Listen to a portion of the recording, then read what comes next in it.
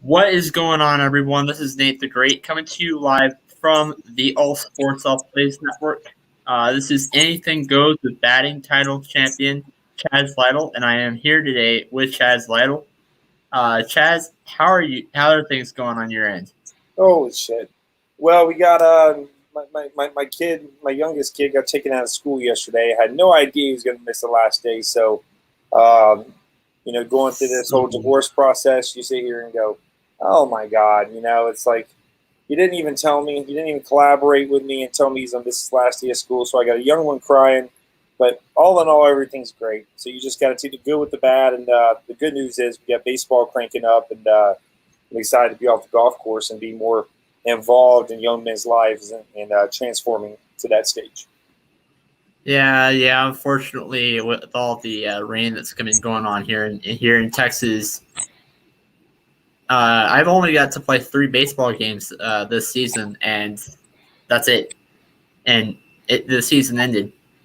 You know what's crazy? You were just saying that, and I was talking to my buddy the other day on the phone, and he was talking about all the rain that was going on. I talked to him in the morning. He's a mentor of mine. I call him Doc. He's a doc over in Texas, and he was like, "Chaz, man, it's raining so much. I mean, good. You can hear it just pounding and pounding." So, man, I'm sitting here, and it'd be nice to be sitting where they are, flying on a Learjet to Santa Rosa, Florida. But I'm right happy where I'm at, and I'm getting geared up and getting settled in. Yeah. You got to take the good with the bad, right? Rain, sleet, snow, or hail. We got to prevail.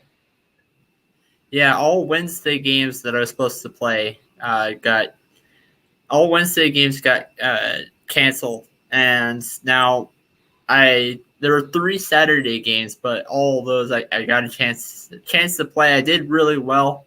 I hit it either off the first or second pitch thrown.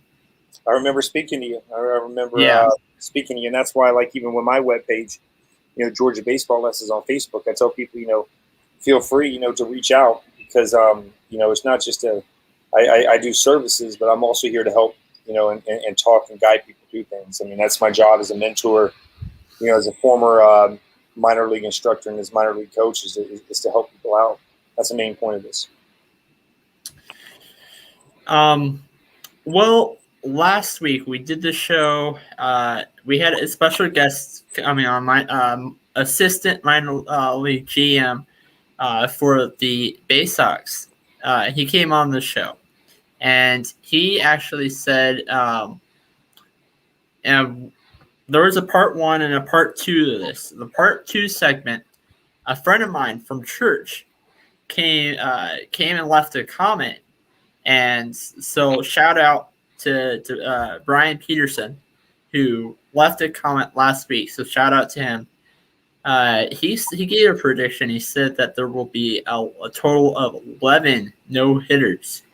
11 no hitters by the time the season ends. Goodness gracious! I mean, I got 25,000 steps in today, and I think my prediction was wrong at the beginning. I didn't really give a prediction, so it's not fair. But I didn't think there'd be this many, so I have to go back. I mean, we're not even in midseason form yet, and we talked about midseason form for the hitters. It's just the way the game's changed. We have to adapt. And a lot of people don't like the way the game is played now, but I mean, for me, it's you have to adapt. You're not going to be there. So with Peterson, and shout out to you got him with the Bowie Bay Sox, right? Mm-hmm. So shout out to Derek May, former MLB legend, who is with the Frederick Keys. I'm going to put this on LinkedIn next, and he's with the Frederick Keys. So shout out to Derek May. If people don't know who he is, watch him because I watched him as a young kid, and I think a lot of kids now, you bring up Barry Bonds, or you bring up George Brett and everything. Nobody knows who these guys are. So when I'm talking to young kids, I'm like, Bryce Harper even is like, believe it or not, Nate, like kids don't know who Bryce Harper is. And I mean, I don't really care to know who Bryce Harper is, to be honest with you myself. I really don't care. I know enough about it. So, but I mean, let's just say a new guy, Mike Trout. A lot of guys don't even know who Mike Trout is. What did his card just sell for? I mean, my God. I mean, so Yeah, I think he has the highest paid, like either the highest paid sports card or the second highest paid sports card, like and I'm not just talking baseball. I'm talking all sports: football, basketball, hockey. I think he has the record for like 103 million or something like that.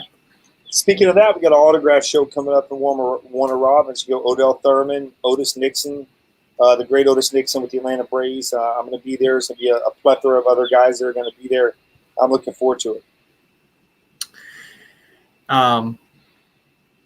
So I have a prediction. I think by All-Star break, and I'm not saying by the season, by All-Star break, I think there will be a very a minimum of 9 no-hitters. But when All-Star break happens, I think we're going to see, mid-season happens. You brought up the mid-season form, but also the weather, participation, and all that kind of stuff. I think we're going to see a lot more higher scoring affairs, like Atlanta Braves versus the Pittsburgh Pirates the other day went to 21. Games like that. Nuts. I think we're going to see a lot more of that. And then by the time the end of the season hits, when playoffs come around, then we're going to start going back to see more no-hitters. I'd have to agree with you.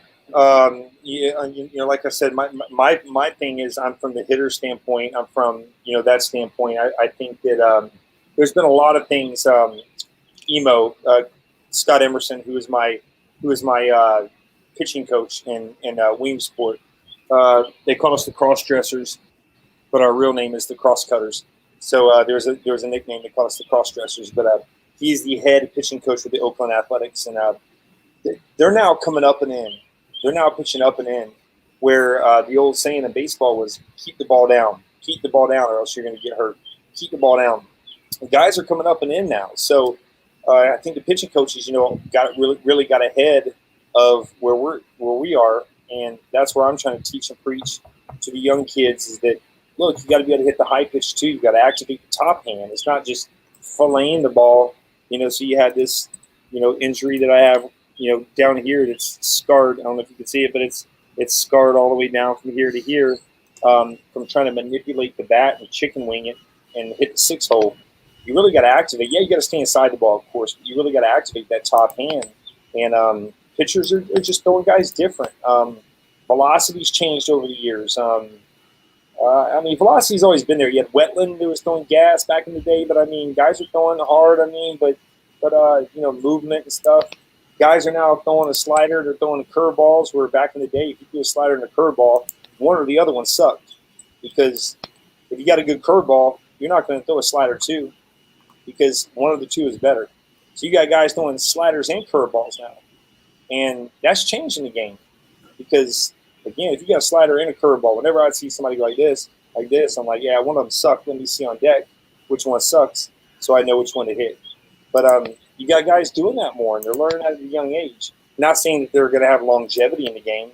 I think it might hurt some guys going, like I said, I hate to use this word again, but a plethora of pitches, having that much. But you got guys throwing guys up now.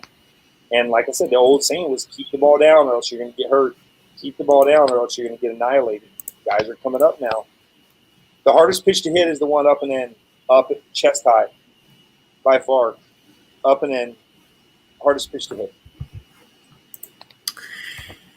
And also, I think part of what we're seeing, this year, which could have an effect, the type of ball that I don't know exactly what they did to change it, but they changed the ball that they're throwing. They changed some sort of texture to it. It's a different kind. You still have these bad boys right here, though. Yeah, that's true. We still have these bad boys right here, so really no excuses. I understand what you're saying. I think that Major League Baseball, has to figure out a way to draw more, especially with the COVID era. And even with the All-Star break, a lot of people got their feelings hurt. They weren't going to be in Atlanta and stuff. But a lot of stuff went on during this last, year and a half or whatnot. It hasn't been an easy time for a lot of people. So, whether you agree or disagree, the bottom line is it is what it is. You have to make the best out of it. But Major League Baseball has to keep butts in the crowd, and they have to keep attendance on TV. So whatever's going on, which I know a little bit what's going on, so anything goes. I mean, we'll continue to share. But I mean, look again. I think it's more where the pitchers are throwing. That high and tight pitch is a tough pitch for hitters that have been playing for such a long time. That are used to the ball down, and coming up and in and tight.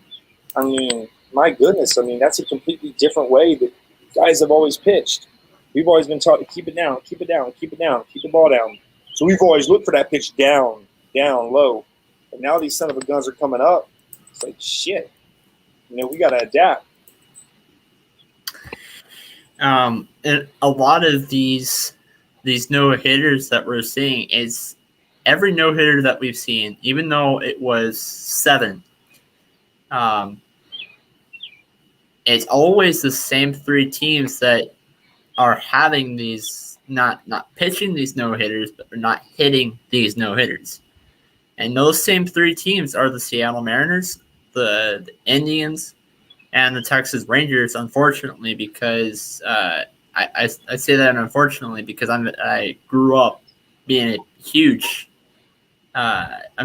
Texas Rangers fan. So Jeff Bannister is a good friend of mine. Jeff Bannister was my field coordinator. You got to remember, in Texas, it's hot.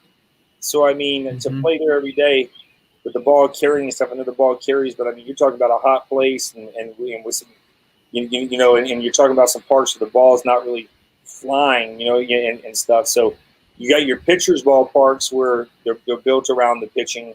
You get your hitter's ballparks where they're built around the hitting. So that's why you see these ballparks that are being put up. They're built around the staff. So if you've been drafting guys first, second, third round for 10 years and you've invested a lot of money in your pitching staff, if you're up for a new ballpark and you're going to build a new ballpark and you got a staff, you're going to build your park for the next 10 years. How about that? The next 10 years, you're going to build your park around your staff.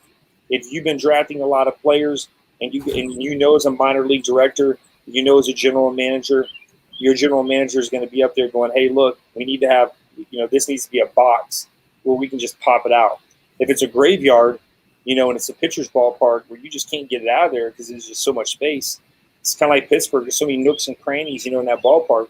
I mean, it's all about how the ballpark's built and what kind of team that you're building around to play in that ballpark.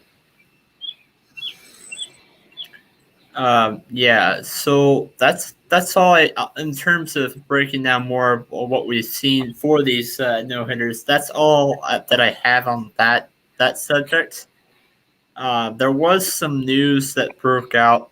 I want to say so. ESPN reported it a few days ago that the Mickey Callaway was banned until at least the 2022 season. So he cannot coach until 2022, and he has been fired from the Los Angeles Angels. And he's been fired. Details were reported by The Athletic for sexual misconduct. Yeah, and I don't take that as a joke or anything. Obviously as a pitching coach, that's not anything to joke about or anything. But again, I mean, it's I don't know all the details. So I mean, I've seen stuff where athletes have been taken advantage of, pitching coaches have been taken advantage of. But I don't personally know them, and I don't have much to comment on that. We'll see whenever. There's been certain things that are said about a lot of players, but until you're really guilty. I mean, which I think they banned him, so I mean he's guilty. But I mean it's, and I just kind of look at what happened with Barry Bonds, and stuff like that. It's people have their own opinions, but I mean Barry Bonds when he first came out of college, was doing extraordinary things, and then all of a sudden, hey Val, how you doing? Good. He was doing extraordinary things, and all of a sudden, it just happens where. He's 40 years old or 38 years old, and they go after him for the steroids because somebody ratted on him. Where Andy Pettit's 170 pounds, 180 pounds, he's taking just as much as juice as Bonds is. What's the difference? People don't know Barry Bonds is a cyclist. Barry Bonds got up at 4 a.m. Barry Bonds does yoga. Barry Bonds lifts weights. Barry Bonds did everything. Barry Bonds is the hardest worker ever. Barry Bonds' godfather was what? Willie Mays? Barry Bonds' dad was Bobby Bonds? I mean, look at those bloodlines. Look at those DNA genetics. I'm not saying it's right, but I mean, it's kind of like Canseco. You know, he didn't get to the Hall of Fame. People got through this. Okay, he's a rat. Rat on everybody. Go ahead and get out. But I mean, you know, there's your iffies there. With Callaway, you know, I mean, you know, I hate to say it, but really, who is he? I mean, you got to run a tight ship when you're a nobody. And what I mean that by respect, I mean he's a pitching coach, but he's not like him. He's not like a Leo Mazzoni or somebody back in the day or a Scott Emerson who's doing some stuff with Moneyball over there with the Athletics. It's, you know, taking care of business. Yeah, being a baseball analyst, I knew a little bit about Barry Bonds. I gotta confess, I didn't actually, you know, watch him play. Well, because I wasn't alive around that time. We talked a little bit about this earlier. When you were discussing things like, you know, people don't know who Barry Bonds and all that kind of stuff are. People don't even know who Mike Trout is. When you're having that part of the conversation, Mike Trout, I get it. I'm a Rangers fan, but he's one of my favorite baseball players that are in the game today. Okay, he hits the ball in the 410 hole straightaway center field, runs like a deer. Mm-hmm. I mean, and then we even go back to Bonds. I mean, you look at Bonds, and I'm just saying this. I mean, from what I've seen, my idol or George Brett, one of the best third basemen ever. You look at these guys. I mean, George Brett was more of a get after it type guy, you know, doing this and stay up all night and just came more natural. And then Bonds, you know, and I don't know, you know, his personal stuff. I know a little bit, but with Bonds, I mean, all I do know is you're going to look different at 40 than you are at 20. You know, I look different at 40 right now than I did at 20 when I came out of Georgia. So, I mean, regardless, I mean, your body's going to change. Your head size is going to change. I mean, as far as I know, your ears grow, your nose grows. I mean, you do change. And if you work out, you have a entourage is following you around everywhere, and you're on a program where you're just busting your tail day in and day out, you're going to get bigger and stronger. And even in bodybuilding, I was talking about Buddy the other day, you don't hit your plateau till you're 28 or 29. That's in bodybuilding.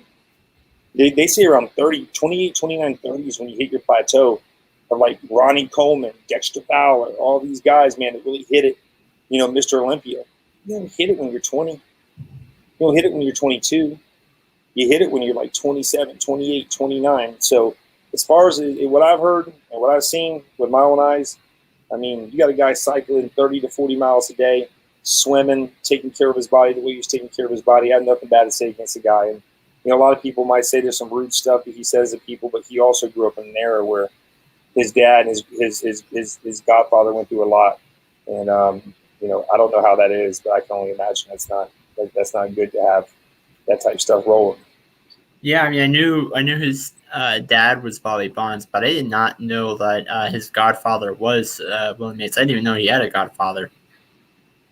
Yes, and he got his blessing, and it's you know, and I mean, and that's the best that ever lived. I mean, he kind of broke the barrier for a lot of people. You know, for a lot of guys, there's several that did. You know, Jackie Robinson, you know, gone. List goes on. But Willie Mays, I mean, he went through a lot too.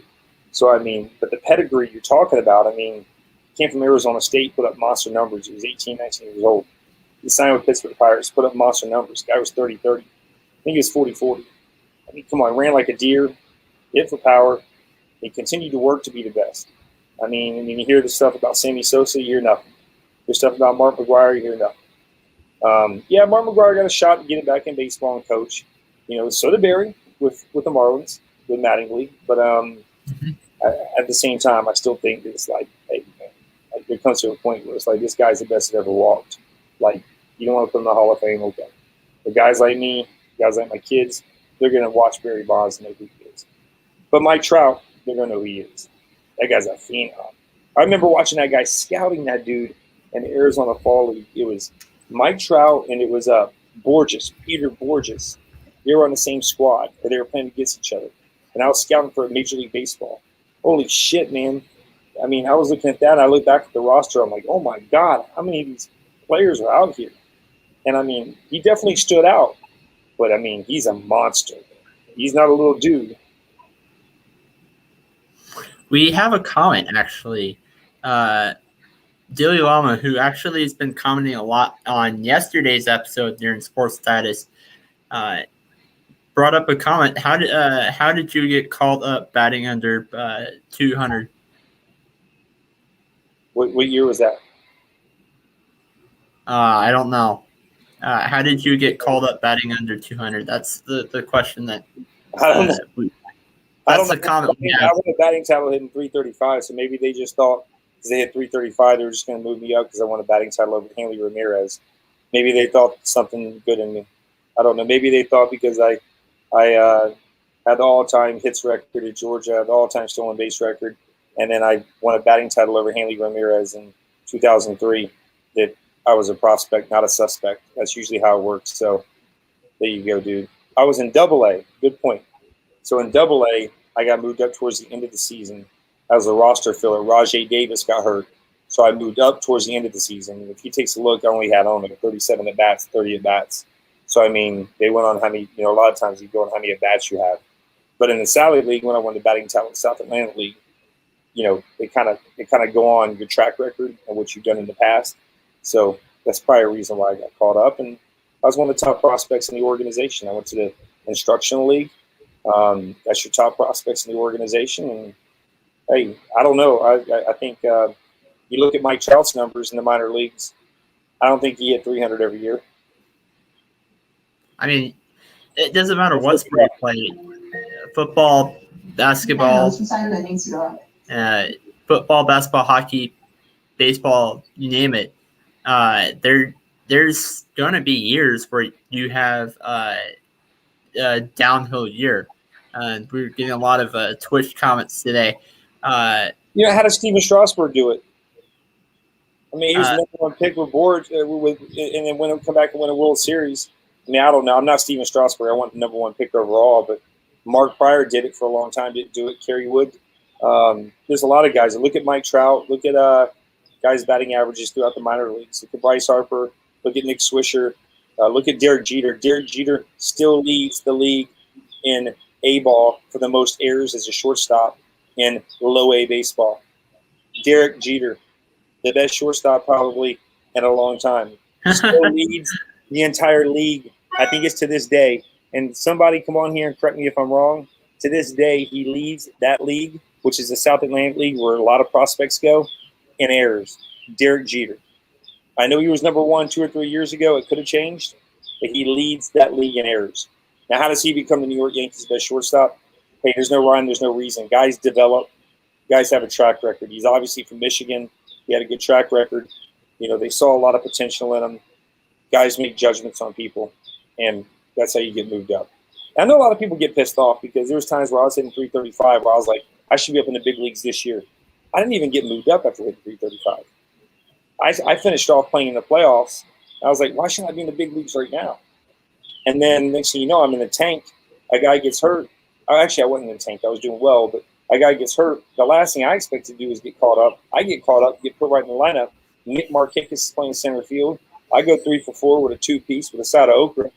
And Markakis dives, lays out. I laid a bunt down the line. I got hit for the next 5 games because I didn't know you shouldn't bunt 5 after 5. If you're up 5 runs, you don't bunt. If you're down 5 runs, you don't bunt or steal a base. I didn't know those things.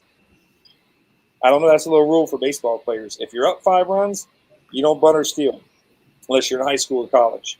If you're down 5 runs, you don't bunt or steal. I had to learn the hard way.